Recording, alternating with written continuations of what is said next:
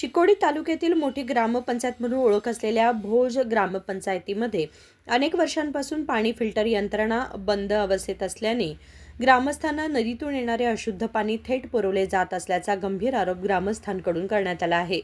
वारंवार सूचना करूनही ग्रामपंचायतीकडून कोणतीही ठोस कार्यवाही होत नसल्याने ग्रामस्थांमध्ये संतापाचे वातावरण निर्माण झाले आहे.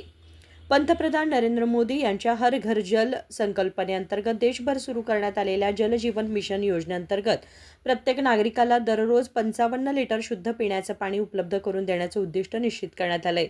त्यानुसार भोज ग्रामपंचायतीतही या योजनेची अंमलबजावणी सुरू करण्यात आली होती. ग्रामपंचायतीच्या मागणीनुसार करण्यात आलेल्या सर्वेक्षणानुसार सुमारे 4,65,00,000 रुपयांच्या निधीतून 2024 अखेरपर्यंत प्रत्येक नागरिकाला शुद्ध पाणी पुरवठा करण्याचे नियोजन करण्यात आले होते.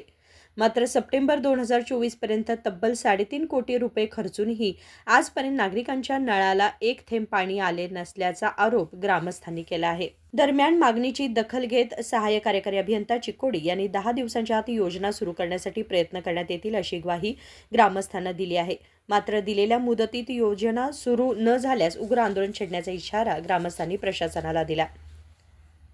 Bureau report KMM Marathi, Belgaum.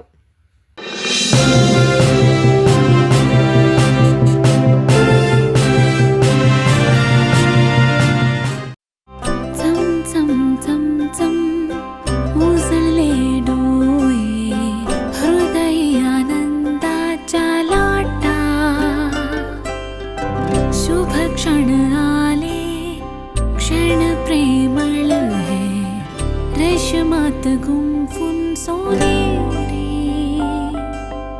BS Channabasappa and Sons, The Textile Mall, Tilakwadi, Belagavi.